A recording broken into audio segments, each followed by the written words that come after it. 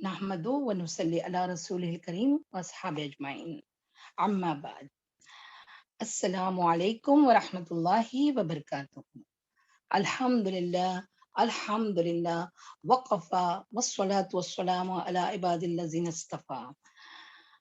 جی sisters, آج ہمارا انشاءاللہ آگے کا سیشن چل رہا ہے، 14 پارٹ ہے. ہاں تو دیکھیں ہم نے کیا دیکھے تھے لاسٹ ویک.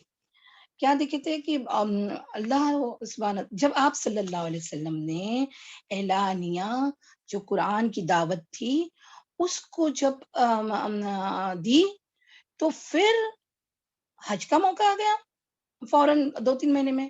تو وہاں پر بھی مختلف تدابیر کرنے لگے. ابو جہل اور ابو لہب تو پس تھے، ہے نا.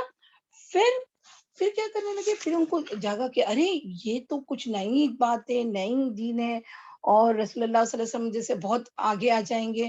تو انہوں نے کیا کیے، انہوں نے چالے چلے، تدبیریں مطلب چالے چلے، مختلف چالے چلے. کیا کریں گے کہ اس کو روکے کس طرح، ہے نا. آپ صلی اللہ علیہ وسلم کے بات کو، اللہ کی بات کو، اللہ کی آیت کو، قرآن کو کس طرح روکے، مسلمانوں کو کس طرح روکے.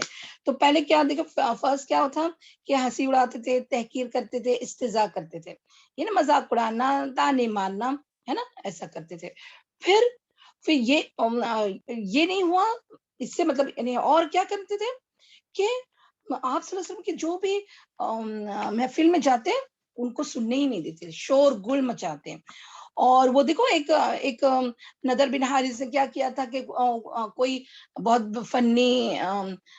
فنی مطلب بڑی بڑی جو سٹوریز ہوتی نا وہ پڑھ کے آیا، جو مائتھولوجیکل ہوتی ہے یا میں نے فکشن والی ہوتی ہے وہ والی. ہاں تو وہ پڑھ کے آیا یا بکس لے کے آیا، وہاں سنانے لگا. جیسے آپ صلی اللہ علیہ وسلم اللہ کی بات اور قرآن کی بات بتاتے، یہ فٹ وہاں سے جیسے نکلتے یہ آ جاتا. اور اس طرح سے، اور پھر جو جاتا اس کو کیا کرتے کہ اس کو یعنی ناچنے والی گانے والی کی طرف لے کے جاتے. بہت ساری یہ ساری تدبیریں کر رہے تھے، ٹھیک ہے.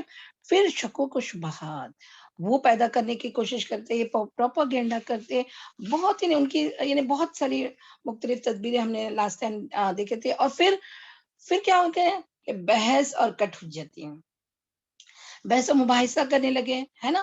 پھر وہ ان کو خاص کر کے کیا ہوتا تھا کہ ہم کیا مٹی ہو جائیں گے، ہماری ہڈی بوسا بوسا ہو جائیں گی تو کیا پھر اٹھائے جائیں گے. تو پھر اس پہ انہوں نے کتنی ساری کٹ حجتی یعنی بحث کی. آپ صلی اللہ علیہ وسلم نے کیا ایک ہی جملہ فرمایا کہ آپ جیسے سو کر اٹھ سکتے ہیں اسی طرح اللہ تعالیٰ بھی قیامت کے دن آپ کو، ہم سب کو اٹھائے گا. ٹھیک ہے. تو پھر ہم نے مختلف آیتیں دیکھی تھی قرآن کی. ہم چلے تو آج کا لیسن شروع کرتے ہیں. لیکن آج کے لیسن سے پہلے دیکھیں، کیونکہ یہاں پر ہم لوگ سٹارٹ ہوئے تھے. ہاں جی، پیج نمبر 45 پہ ہم لوگ رکے تھے. ہاں وہ جو افبئینا بالحق کی بالاول وہاں تک تھے نا، نہیں بل ہم لبسین من الخلق جدید، وہاں پر ہم لوگ رکے تھے. تو ان کی یعنی یہ بحث اور کٹوجتی میں کیا کہتے تھے کہ ہم وہی بوسا بوسا ہو جائیں گے تو ہم کیا پھر نئے سرے سے اٹھائے جائیں گے. تو اب یہاں پر آ جائیں کہ جہاں تک دیکھیں دوسری بات یعنی نبی اکرم صلی اللہ علیہ وسلم کی رسالت کا معاملہ ہے. رسالت کا معاملہ یعنی دیکھیں پہلے آپ صلی اللہ علیہ وسلم محمد بن عبداللہ جو تھے تب تک تو صادق الامین بہت اچھا پیار سب کچھ دیتے تھے. نبوت تو ہوئی، وہ تو چند دن کی تھی. پھر رسالت جب آئی تو مخالفت کب آئی؟ رسالت کے وقت نا. تو یہ رسالت کا جو معاملہ ہے، اگرچہ قریش نبی کریم صلی اللہ علیہ وسلم کو انتہائی دیکھو انتہائی سچا، امانت دار، ہاں نیکوکار اور پرہیزگار تسلیم کرتے تھے، یہ مانتے تھے یہ لوگ. مگر پھر بھی ان کی کچھ شبہات تھے جن کے بنا پر وہ آپ صلی اللہ علیہ وسلم کی نبوت و رسالت تسلیم نہیں کرتے تھے. اس پہ دو خالی حدیث ہم بیان کرتے ہیں کہ کیا ہوا تھا کہ یہ جو رسالت کی بات ہے نا، اللہ تعالیٰ نے جب نبی کرم کو رسالت عطا فرمائی تو کیا ہوا کہ آپ صلی اللہ علیہ وسلم کو، آپ کو پتہ ہے یہ شاید حدیث آپ کے گزر چکی ہے کہ نہیں معلوم، لیکن آپ صلی اللہ علیہ وسلم کو چوائس بھی دی گئی تھی. آپ کو پتہ ہے چوائس دی گئی تھی.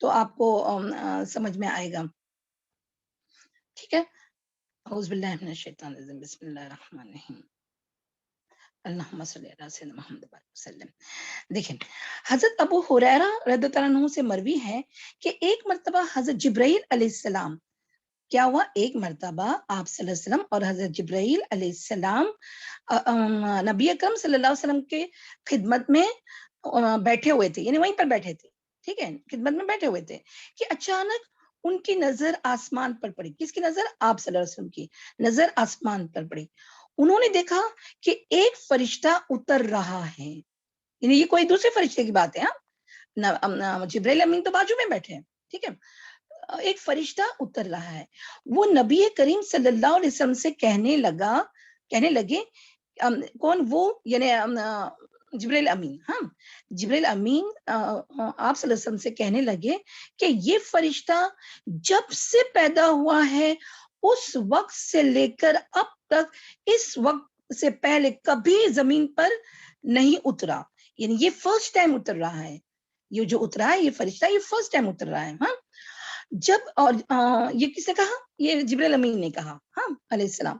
اور پھر جب وہ نیچے اترا، یعنی وہ جو دوسرا فرشتہ نیچے اتر کر آیا تو کہنے لگا اے محمد صلی اللہ علیہ وسلم، مجھے آپ صلی اللہ علیہ وسلم کے رب نے آپ صلی اللہ علیہ وسلم کی طرف یہ پیغام دے کر بھیجا ہے کہ وہ آپ صلی اللہ علیہ وسلم کو بادشاہ. دیکھا اب یہ لائن کو بہت غور سے سنیں کیونکہ آگے اسی پہ کٹ حجتی ہوگی. آپ صلی اللہ علیہ وسلم کو بادشاہ بنا کر نبوت عطا کر دے یا اپنا بندہ بنا کر رسالت عطا کر دے. کیا سمجھ میں آیا؟ یعنی دنیا کی عیش و عشرت کر کے تم کو نبوت عطا کرے یا خالصتاً اللہ سے عاجزی والا بندہ بنا کر رسالت عطا کرے.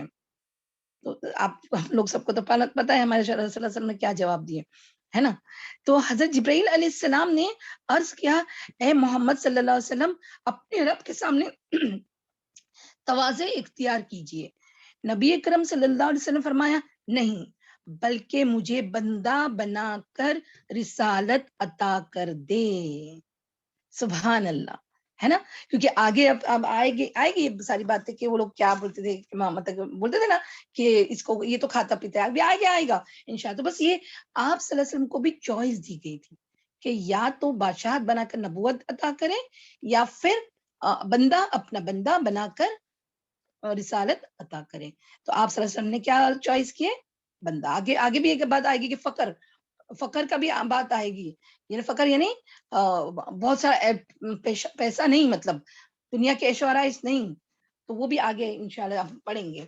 چلے اب اچھا، یہ جو بات ہے نا کہ یہ لوگ تسلیم کرتے تھے، یعنی مانتے تھے. آپ کو پتہ ہے جیسے ہم نے پڑھے تھے نا کہ یہودی بھی چپکے مانتے تھے، اس طرح مشرکین مکہ بھی مانتے تھے. تو اس میں سب سے یہ جو مخالفت ابو جہل کی جو آتی نا، اس نے بھی ایک بار تسلیم کیا تھا. یعنی وہ بھی ایک حدیث آتی ہے، کیا آتا ہے کہ پتہ ہے آپ کو کہ مغیرہ بن شعبہ رضی اللہ عنہ بیان کرتے ہیں کہ سب سے پہلے مجھے رسول کریم صلی اللہ علیہ وسلم کے بارے میں اس دن علم ہوا. دیکھیں ابو جہل کہہ رہا ہے کس کو؟ مغیرہ بن شعبہ رضی اللہ عنہ کو. مغیرہ بن شعبہ نے بعد میں ایمان لے آئے تھے. یہ دونوں جا رہے ہیں، باتیں کر رہے ہیں آپس میں. ہاں، تو وہ کیا کہتے ہیں ابو جہل کہ اس بارے میں اس دن علم ہوا جس دن میں اور ابو جہل بن ہشام مکہ کے کسی ایک گلی میں چل رہے تھے. کون کہہ رہا ہے؟ مغیرہ بن شعبہ.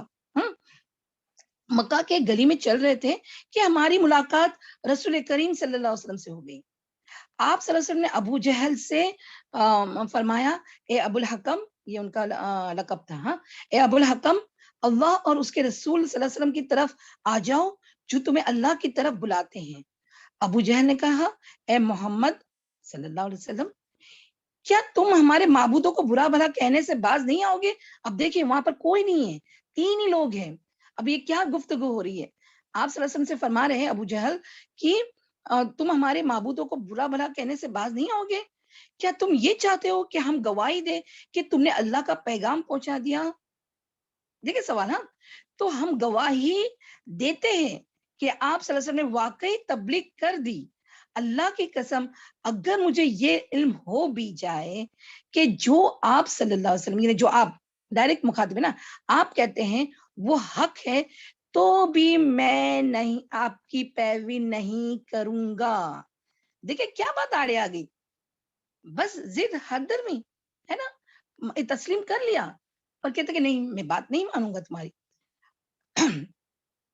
رسول اکرم صلی اللہ علیہ وسلم تشریف لے گئے, وہاں سے نکل گئے, آگے بڑھ گئے. تو وہ میری طرف یعنی اب مغیرہ بن شعبہ کیا کہتے ہیں کہ جو ابو جہل ہے وہ میری طرف متوجہ ہوا اور اس نے کہا اللہ کی قسم میں جانتا ہوں یہ جو کچھ کہتے ہیں وہ حق ہے. تسلیم کرتے نا حق ہے. لیکن بنی قصی نے کہا, اب یہ کیا, یہ ذرا ٹویسٹنگ ہے, ہم یہاں یہ حدیث کو اور طویل نہیں کرتے ہیں, بس وہ کٹ حجتی کرتے کہ بنی قصی یعنی جو ابو جہل کا جو قبیلہ تھا نا وہ اور آپ صلی اللہ علیہ وسلم کا قبیلہ ایک دم کزن تھے. ٹھیک ہے نا, ہم نے پہلے بھی یہ بات بتا چکے ہیں.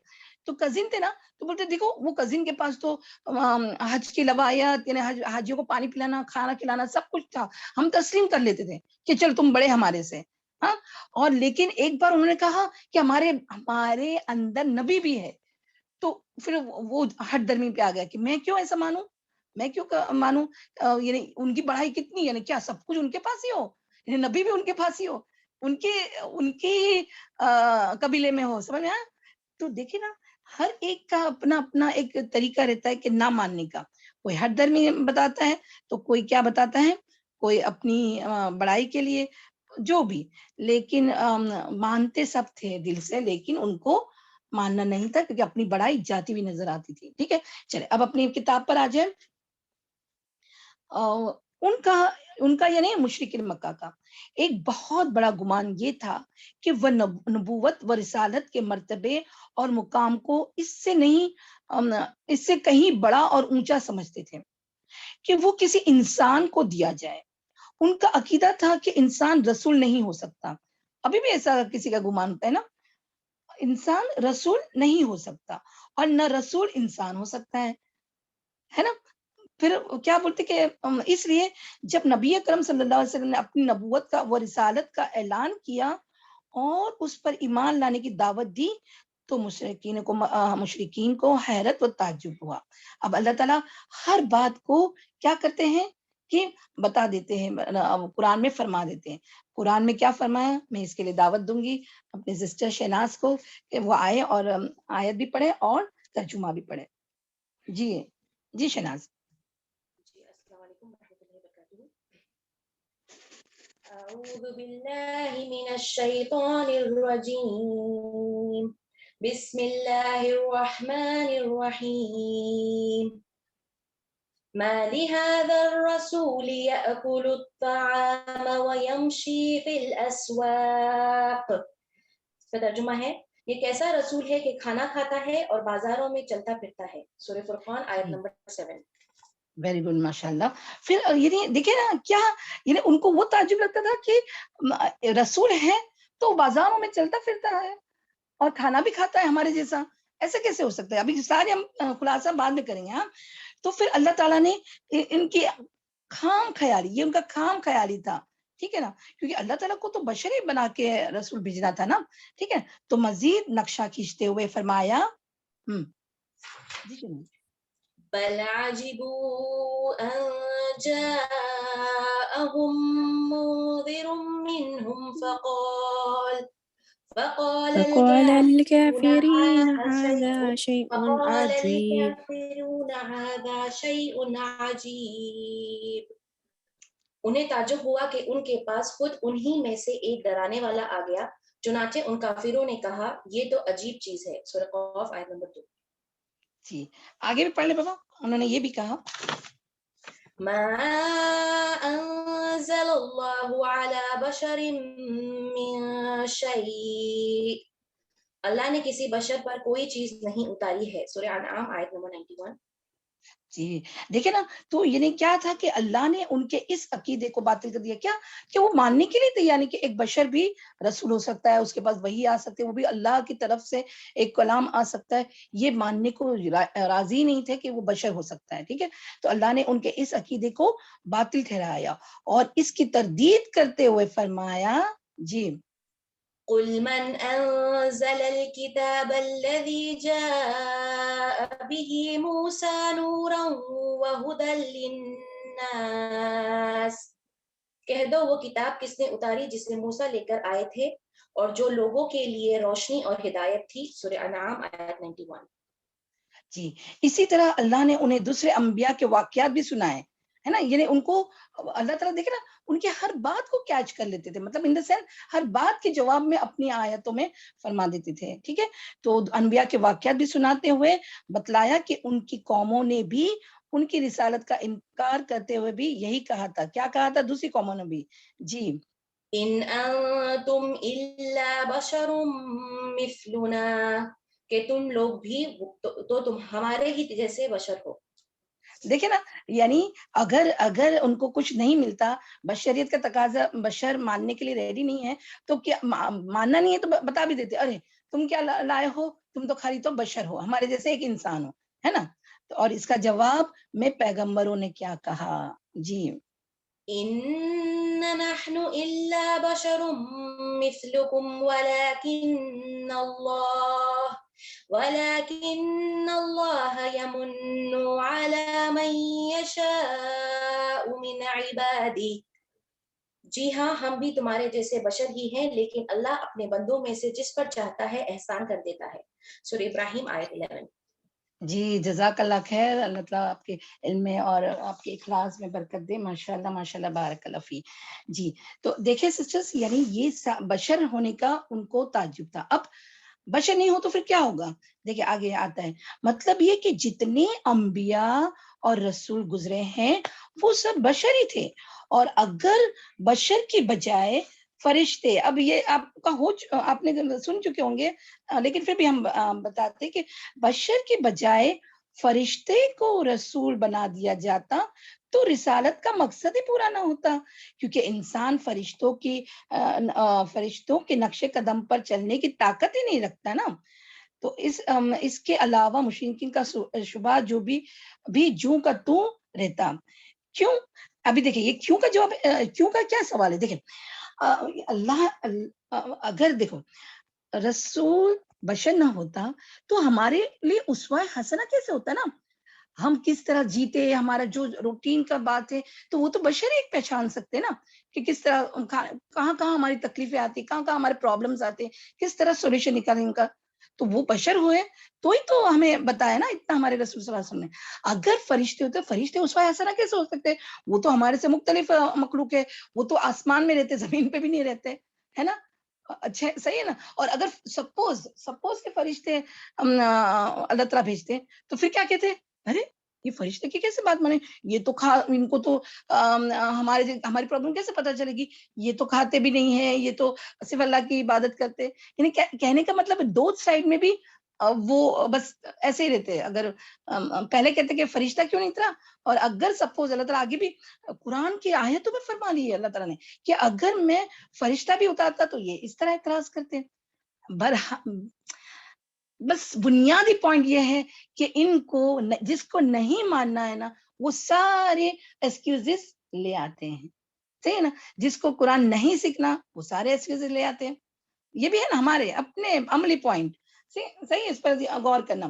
تو پھر کیا فرمایا، وَلَوْ جَعَلْنَاهُ مَلَكًا لَجَعَلْنَاهُ رَجُولًا وَلِبَاسُنَا عَلَيْهِمْ مَا يَلْبِسُونَ. اگر ہم فرشتہ کو رسول بناتے تو بھی ہم اسے انسان ہی بناتے، اور جو شبہ اب کرتے ہیں اسی شبے میں انہیں پھر ڈال دیتے. انہیں پھر اگر فرشتہ بناتے تو پھر ان کی ایکسکیوزز ایسے ہی آ جاتی.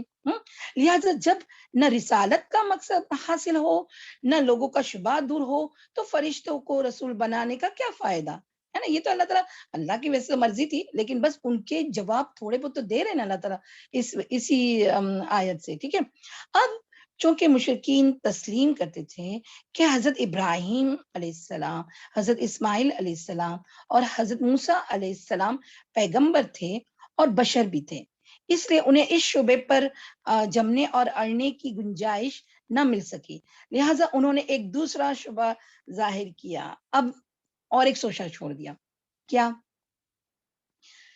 اللہ کو اپنی پیغمبری کے لیے یہی یتیم و لاچار انسان ملا تھا؟ یہ کیسے ہو سکتا ہے کہ اللہ تعالیٰ قریش اور ثقیف کے بڑے بڑے لوگوں کو چھوڑ دے اور اس مسکین، نعوذ باللہ، آپ صلی اللہ علیہ وسلم اس مسکین کو اپنا پیغمبر بنا لے؟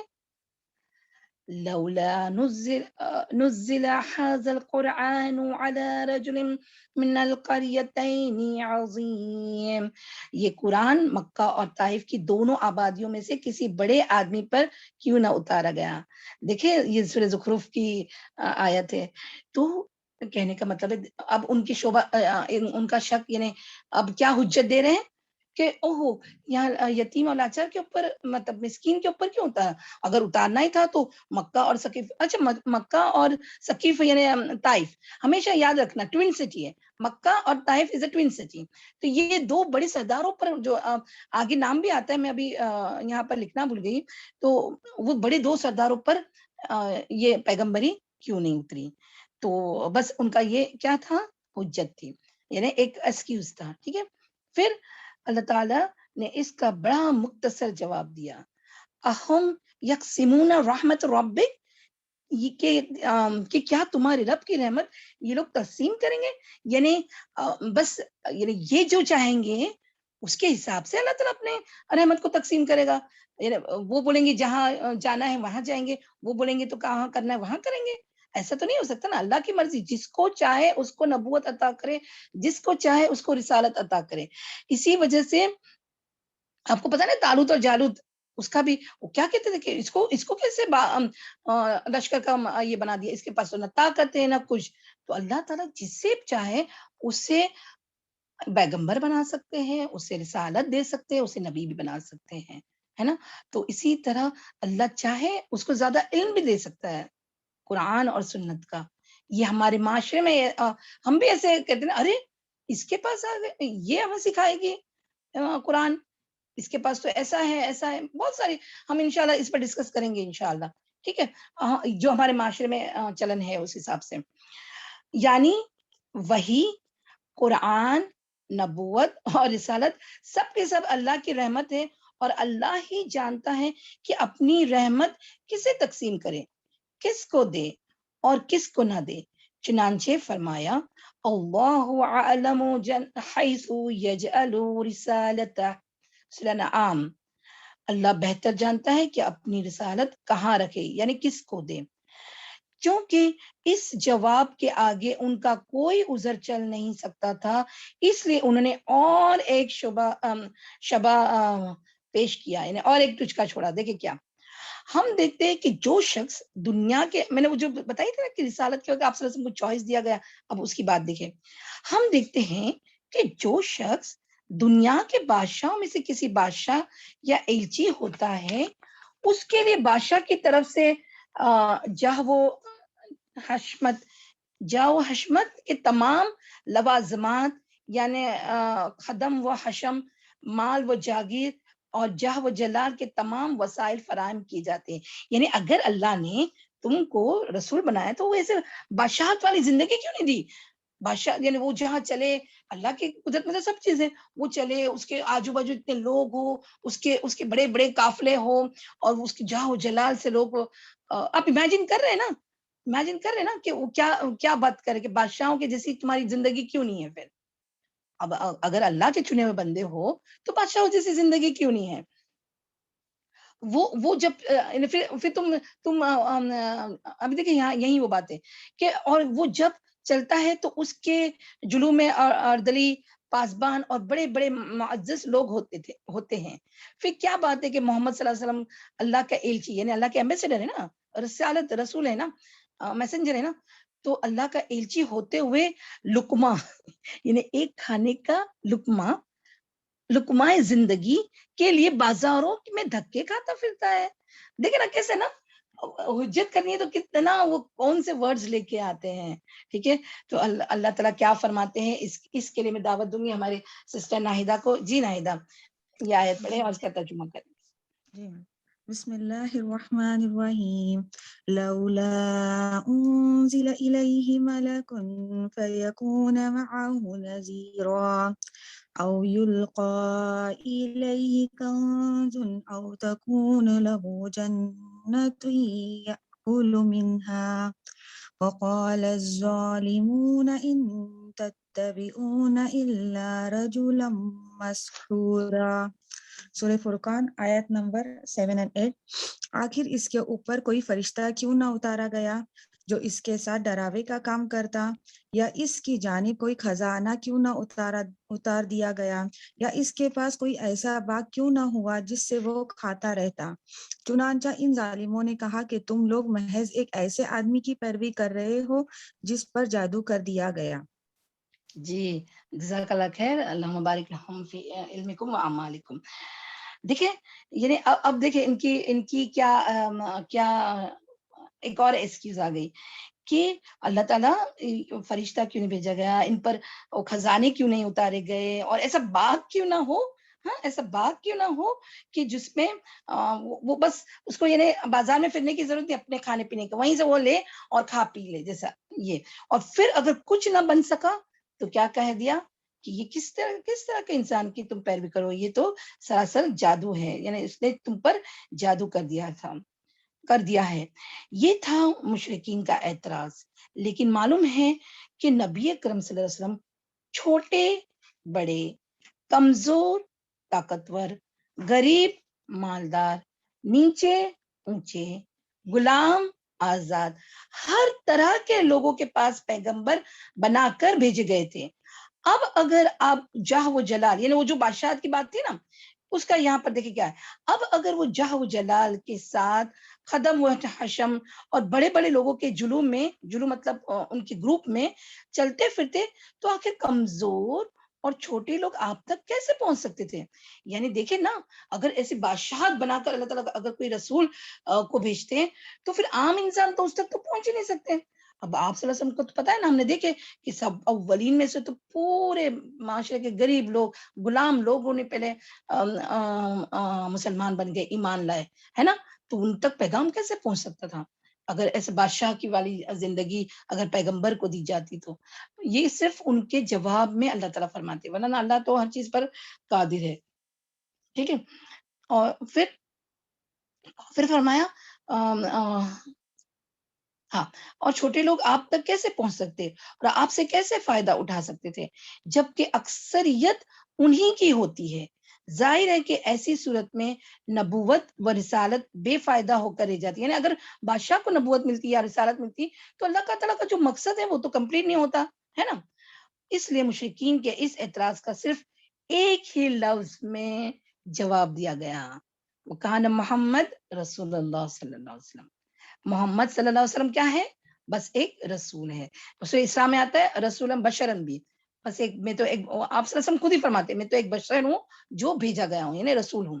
ٹھیک ہے, تو یعنی تمہارے اعتراض کا صرف اتنا ہی جواب کافی ہے کہ وہ رسول ہے, کیونکہ تم نے ان کے لیے جاہ و حشمت اور مال و دولت کا جو مطالبہ کیا ہے اس کے ہوتے ہوئے عام لوگوں میں رسالت کی تبلیغ ہو ہی نہیں سکتی, جبکہ عام لوگ ہی رسالت کا اصل مقصود ہوتے ہیں. عام لوگ مطلب کہنے کا مطلب ہے کہ ہر ایک کے لیے نا, چھوٹے بڑے مالدار, یہ سب کے لیے. یاد رکھنا یہ ہم جو قرآن بھی پڑھا رہے ہیں نا, یہ کوئی انٹلیکچوئل بھی تم سب ہو یہ ضروری نہیں ہے. ہمارے ٹیچرز کے لیے تو آپ چھوٹے بڑے, یعنی چھوٹے بڑے ان دا سینس کہ آپ کتنی بھی نالج رکھتے ہو, بہت زیادہ دنیا میں نالج بھی نہ ہو, لیکن یہ قرآن کا سیکھنا, قرآن کی باتیں پر عمل کرنا ہر ایک کے لیے ہے. ٹھیک ہے, ضرور نہیں کہ انٹلیکچوئل, ضرور نہیں کہ سب وہ جو بہت اچھے پیپر دے کے بہت 50/50 لائے وہی قرآن سیکھ سکتے یا عمل کر سکتے. نہیں, قرآن ہر ایک کے لیے ہے. ٹھیک ہے, وہ چاہے جتنا بھی لے, چاہے تھوڑا لے, چاہے عمل کرنے کا کتنی بھی بات لے, لیکن قرآن سیکھنا چھوٹے بڑے, انٹلیکچوئل نہیں انٹلیکچوئل, بوڑھے, جو بھی ہو سب کے لیے ہے. میری بات سمجھ میں آئی؟ چلے,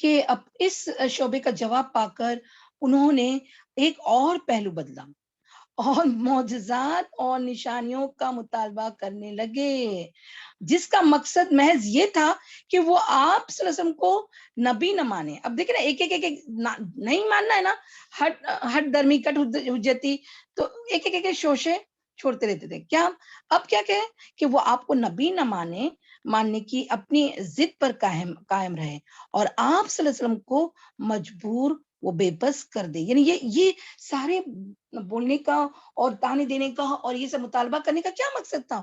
صرف آپ صلی اللہ علیہ وسلم کو تنگ کرنا. اور وہ کیا مطلب وہ سوچتے تھے کہ یہ ایسے تنگ ہوں گے تو کیا کریں گے، یہ اپنی تبلیغ روک دیں گے، اپنا قرآن کی آیتوں کا، اللہ تعالیٰ کی پیغام کو پہنچانا روک دیں گے. اور یہ بھی، اور مسلمان بھی جو ہو گئے نا، وہ بھی اگر کوئی کرتے تھے ان پر بھی یہی باتیں یہ سب لاتے تھے مشرکین مکہ. ٹھیک ہے نا.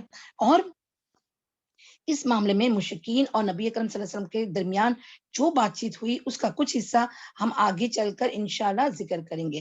چلے تو اب یہ اس کے بعد جو توحید کے بارے میں ہے نا، یہ صرف مطلب جو شفیق الرحمان مبارک پورے ہے نا، انہوں نے مشرکین مکہ اور آج کے مسلمان کیا کرتے ہیں، جیسے درگاہ پہ جاتے ہیں یا ان سے مانگتے ہیں، اس کو مماثلات کی ہے. ٹھیک ہے، تو آپ یہ خود پڑھ لینا ہاں اس کے بعد کا، کیونکہ ابھی بہت ہمارے پاس آگے بڑھنا ہے نا، تو یہ آپ لوگ خود پڑھ لینا. اب ڈائریکٹ آ جائیں اپنے پیج نمبر 51 پہ آ جائیں. سبا پیج نمبر 51 لے آئے. جی جی میم. جی جی. تو اب دیکھیں یہ ساری اب کٹ حجتی ہو گئی نا مطالبہ. اب انہوں نے معجزات کا مطالبہ کر دیے. اب نبی کرم صلی اللہ علیہ وسلم جو توحید کی دعوت لے کر اٹھے اور اللہ کے سوا ہر معبود کو چھوڑنے کا مطالبہ کیا، تو مشرکین پر یہ بات بہت گرا گزری اور انہیں یہ مطالبہ بہت بھاری اور غلط محسوس ہوا. انہوں نے کہا یہ کوئی سازش ہے جو اندر سے کچھ اور باہر سے کچھ اور ہے. اجعل الآلہۃ الہ واحدا ان ھذا لشیء عجاب وانطلق الملأ منهم ان امشوا واصبروا على آلهتكم ان ھذا لشیء يراد ما سمعنا بهذا في الملة الآخرة إن هذا إلا اختلاق. یہ کیا تک ہے کہ اس نے سارے معبودوں کی جگہ ایک معبود بنا ڈالا. وہی جو توحید کی بات ہے. یہ تو عجیب چیز ہے. اور ان کے بڑوں کا ایک گروہ اٹھا کہ چلو اور اپنے معبودوں پر ڈٹ جاؤ، یقیناً یہ کوئی سوچا سمجھا منصوبہ ہے. پھر بھی نہیں مانے، پھر بھی اپنے جو جھوٹے معبود تھے ان پر ہی اڑے رہے. ان کو ایک واحد، اب پہلے بھی بتا چکے نا ہم، دیکھو کہ یہ لوگ اپنے آستانے پر بت لا کے رکھے تھے، لات منات عزا ہے نا، خانہ کعبہ میں اپنے بت لاتے تھے اور اس کے آستانے بھی جو اگر ہوتے تھے تو وہاں جا کر مانگتے تھے یہی سب. تو وہ ان کو یہ کانسیپٹ ہے. اچھا ہاں سوری، ایک بات بتانا بھول گئی کہ وہ جو ساری بات ہے نا، اس میں تو ایک بات تھی ہم نے پہلے بھی آپ کو بتایا تھے کہ مشرکین مکہ ان کا عقیدے میں یہ تھا کہ اللہ ایک ہے. وہ مانتے تھے کہ اللہ مطلب قادر ہے، اللہ یہ ساری چیزوں کا ملکیت ہے، وہی رازق ہے، وہی سب انسان حیوان چوپائے کو اور درندے پرندے سب کو وہ زندہ رکھتا ہے. لیکن وہ کیا کہتے ہیں کہ کچھ اپنے جو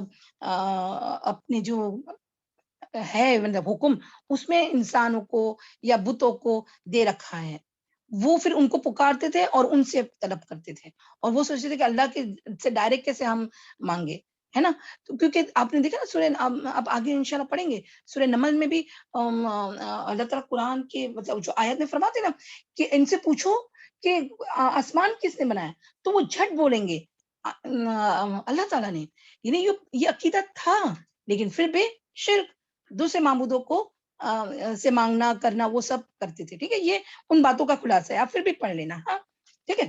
پھر کیا ہوا کہ اس کے بعد جب دعوت و تبلیغ کا کام مزید آگے بڑھا اور ادھر مشرکین بھی اپنے شرک کو بچانے، اسلام کی تبلیغ کو روکنے اور مسلمانوں سے اسلام کا اثر دھونے کے لیے حجت و بحث کے میدان میں اتر پڑے تو ان پر مختلف پہلوؤں سے دلیل قائم کی گئی۔